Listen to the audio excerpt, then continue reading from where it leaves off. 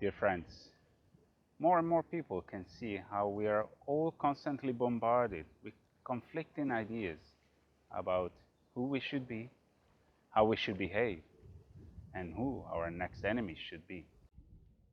All these while being encouraged to ignore the clues that we are all living under the great illusion, the modern society that we all have built and created. More and more people realize that the walls that we have built and that give us a sense of restlessness, a sense of alienation, these walls are within us, within each of us. And this also means that the spiritual self-revolution needs to start within our own self.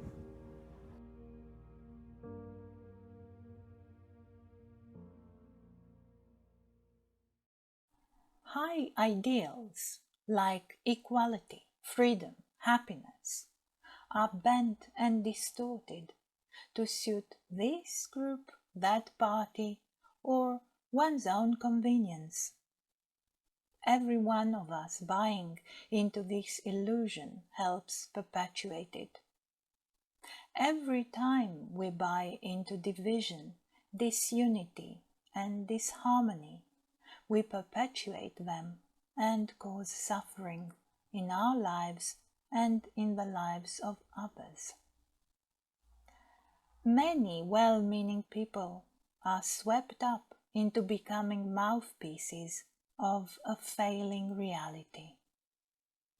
The cracks present in this reality are becoming more and more visible, both on the individual level and at a societal level.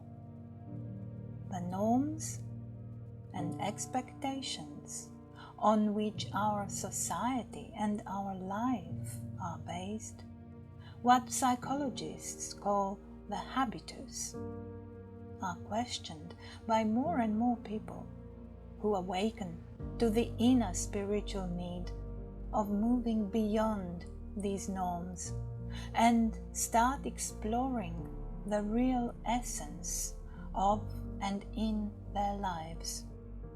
Essence which cannot be constrained by these norms. Yet, some forms of the habitus are nearly invisible because they seem so natural to us.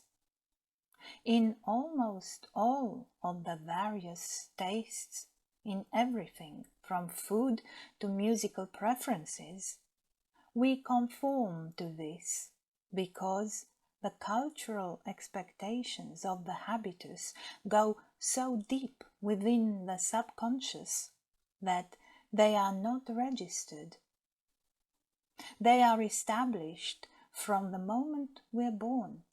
In fact, they even have their foundations in atavistic impulses and instincts. This makes the habitus a self-perpetuating structure, whereby those brought up in a certain habitus will nurture its specific values in their children and so make sure the cycle continues. If you also aspire to liberate ourselves from this habitus structure, from the illusions, powers, and influences that govern us from outside and, most importantly, from within, the structures and impulses of our own ego, consciousness, then an honest process of self-observation will highlight how we are most of the time bound to automatic reactions, involuntary and not within our conscious understanding. Although we may think we are in control of our lives, we see so little of what is actually driving us. So we reach that crucial point in life where we ask ourselves, is there anything beyond this existence of human conditioning and limited sphere of action? How can we break free and enter a process of development of the consciousness that would help find out who we really are, where we are coming from, and what is our purpose in life as a human being? On recognizing this animating insight in our awakening consciousness, we are touched by a force that does not find its source in the same system that encompasses our existence. This force has the capacity to stun us to the core of our being. This force calls us very directly and very deeply. So we participate with a newfound agency in a process of self-revolution into this new conscious existence. However, this is not an easy task. To neutralize the ego, which is the central point where all these forces and threads connect, we need to go beyond the continuous resistance that these same forces will put up. To change, we need to overcome the inertia of our own feelings, our own emotions, our own ideas, all of which stem from this baggage of illusions.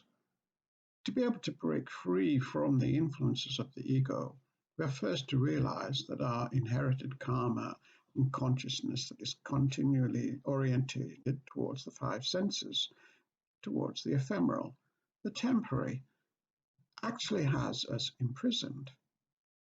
We are therefore chained to a temporal illusion, evoking a constant sense of dissatisfaction for the one within that seeks higher and non-transient values to live by. In this life, as human beings, do we acknowledge that we are passing through a world which is characterized as the nature of death, the densest level of energetic vibration, where all that is born must eventually die?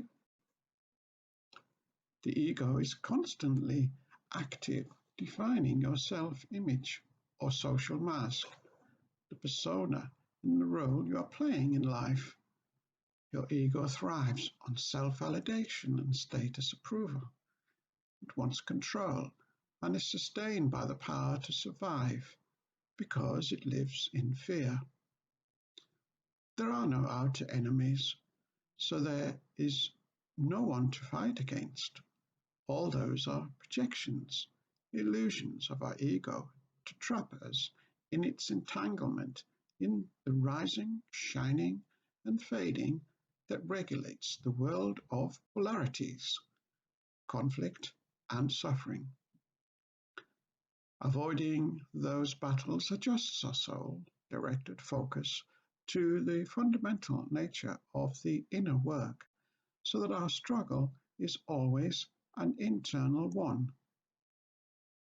Through a deep level of awareness of who we really are, by observing both the negative and the positive in self-reflection, the necessary structural change within our consciousness, also called the fundamental reversal, is allowed to result through our conscious participation in this development, dependent on our one-pointedness of purpose. The reality that the universal wisdom teaches is that we are all part of the same unity of the spirit. Only mankind has forgotten its spiritual origin. It has no direct experience of the complex spiritual system that encapsulates our own existence. This journey of inner discovery and awakening brings us the possibility of a total inner transformation of consciousness and therefore real liberation from the unending wheel of life and death. This is the fate of the microcosm if we do not initiate a complete inner revolution. The only key to open the gate of this prison is to be found also within you, in the last spark of eternity, the spiritual seed at the center of your existence. So become the observer of the inner and the outer dialogue within and around you. Create the necessary space to listen to the silence within, beyond the noise of the conditioned mind. Open up a space within where conflict and criticism, judgment or argument are not continuously fed by fear and anxiety or the need to overcome others. The process of inner transformation will start establishing itself as the restored consciousness, which can then radiate out its divine light, out into our dark and fallen world, as support for those who suffer the distress caused by ignorance of the Spirit, the uniting force of the All. So, if we fully acknowledge that the only thing we can be sure of in this world is unrelenting change and uncertainty, then through our conscious new attitude to our life, we intuitively turn to that which is nearer than hands and feet, to the spiritual essence within. And being the initiate in this process of self-revolution, we fully acknowledge that we are not an end in ourselves, but a means to an end. This acknowledgement can result in the awakening of our latent, full potential for true spiritual growth.